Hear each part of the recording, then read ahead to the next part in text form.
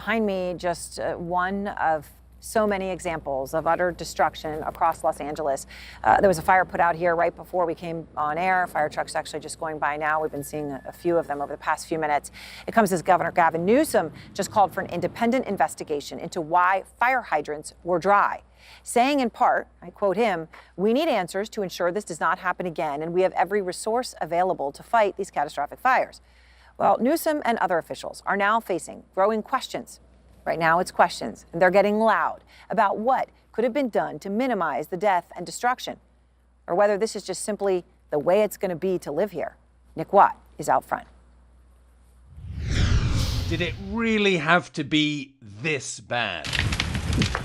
No one was caught unawares here. Strong Santa Ana winds were forecast, and after months without significant rain, bone-dry vegetation was obviously primed to burn. Number one, were there enough boots on the ground to fight the flames? Easy answer, no. We don't have enough fire personnel in LA County between all of the departments to handle this. In a memo 2 years ago, LA City's Fire Chief Kristen Crowley said more staff were needed, with increased risk due to climate change and increased construction in danger zones.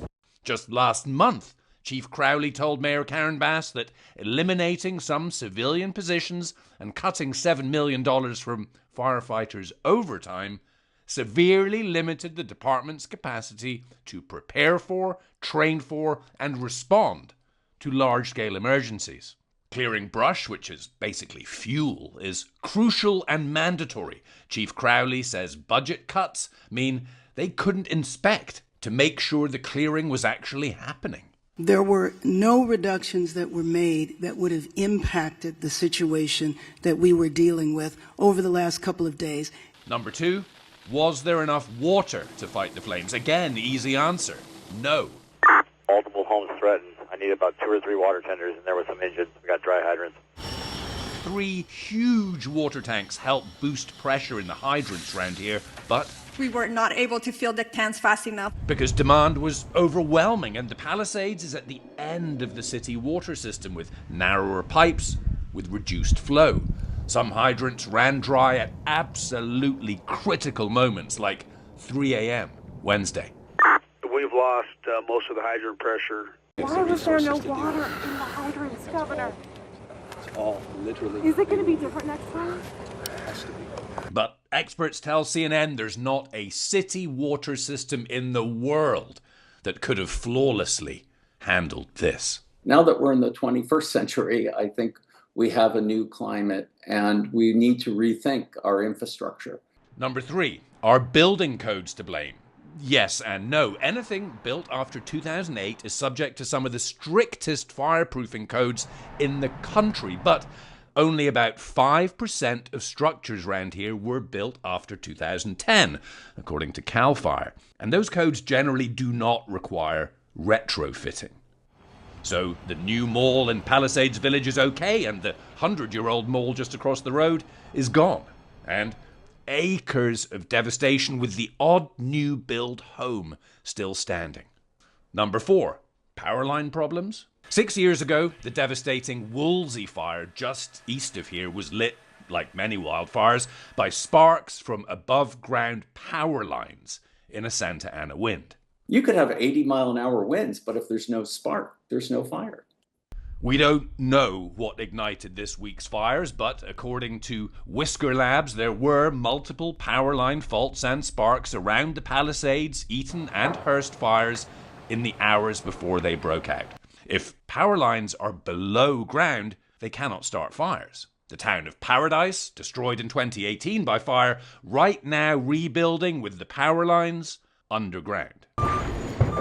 Now, this was, as some officials say, a perfect storm. The high winds meant they couldn't fight this fire from the air for those first crucial hours, and in terrain like this, without air assets, you've a hand tied behind your back. Rest assured, we will absolutely do an evaluation to look at what worked, what didn't work, and to correct or to hold accountable any body, department, individual, etc.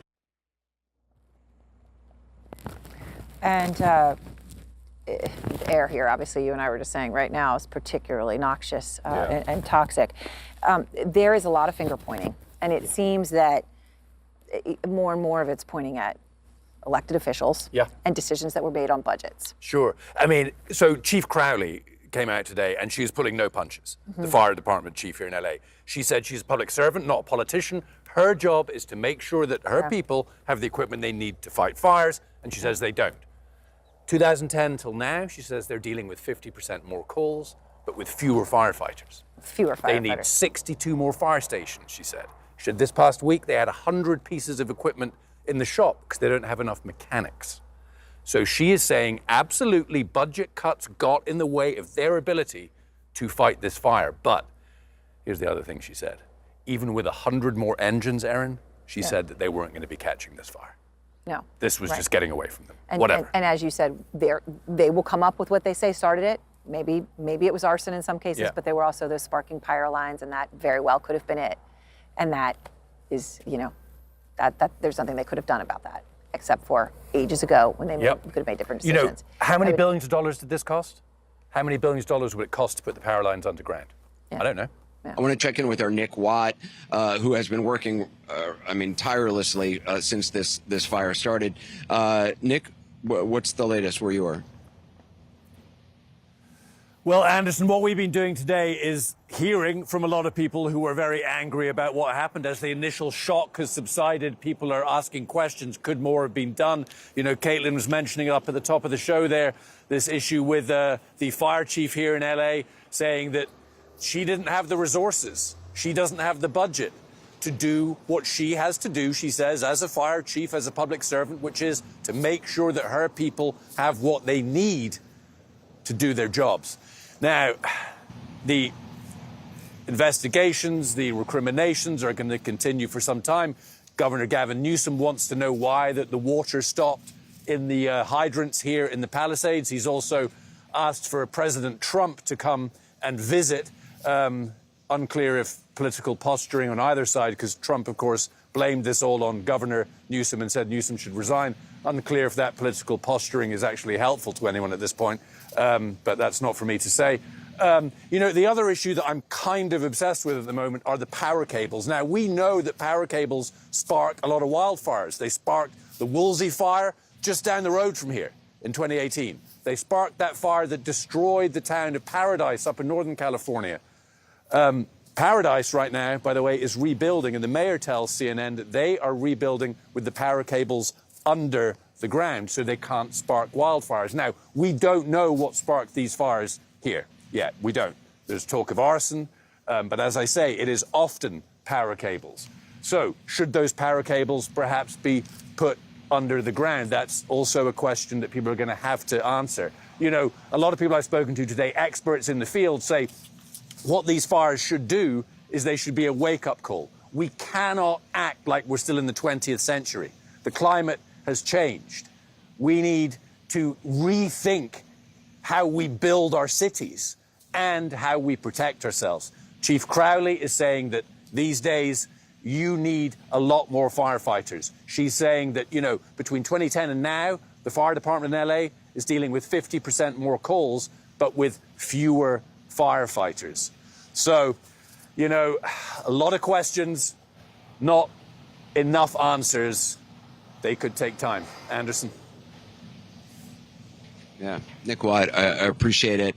Kaylin, it is remarkable what the fire chief said to Jake Chapper on CNN earlier today, directly contradicting what Mayor Bass had said. Mayor Bass had said when she returned from her trip to Ghana and gave a press conference, she said that the budget cuts to the fire department in Los Angeles did not affect their ability to fight this fire. The chief of the fire department contradicted her directly, said it did. And here's how. So remains to be seen what is going to happen there. But that's one thing to watch in the days ahead, Galen. Yeah, and that's something that we were talking about tonight, Anderson, as we were looking at the comments by Chief Crowley is, yes, the mayor is contradicting her, and here's the mayor outlining what's in the budget and what they did differently with pay raises and where these cuts were. But, it's the chief herself who is saying this, who is just being straightforward and candid, frankly, about what her firefighters have been dealing with and what she says are the cuts. I mean, it's straight from her mouth.